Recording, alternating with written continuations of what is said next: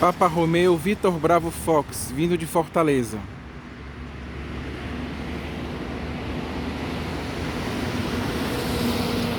(16 de julho de 2021)